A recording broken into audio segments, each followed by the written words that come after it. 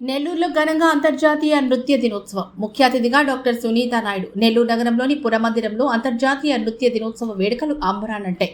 స్థానిక నాట్య గురువులు మరియు శిష్యుల సమన్వయంతో నిర్వహించిన ఈ కార్యక్రమం వీక్షకులను మంత్రముగ్ధులను చేసింది.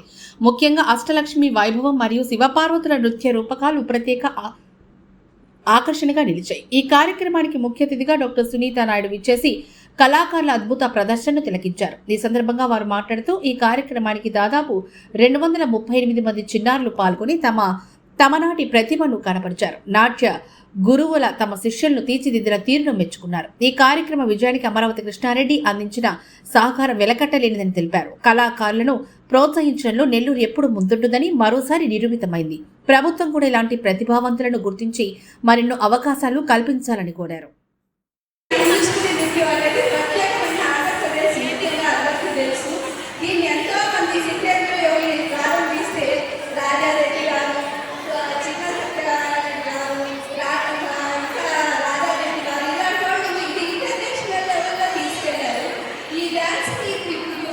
చూస్తే నాకు ఇక్కడ ఈ స్టేజ్ మీద అసలు నృత్యం చూసినట్లేదు, దేవతల నృత్యం మీద నాట్యం చేసినట్టే ఉన్నది.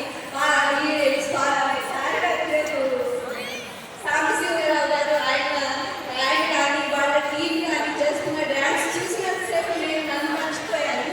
చాలా మంచి ప్రోగ్రాము, చాలా బాగుంది. ఇలాంటి ఇంటర్నేషనల్ డే రోజు నేను ఇక్కడికి రావడం చాలా సంతోషంగా ఉంది.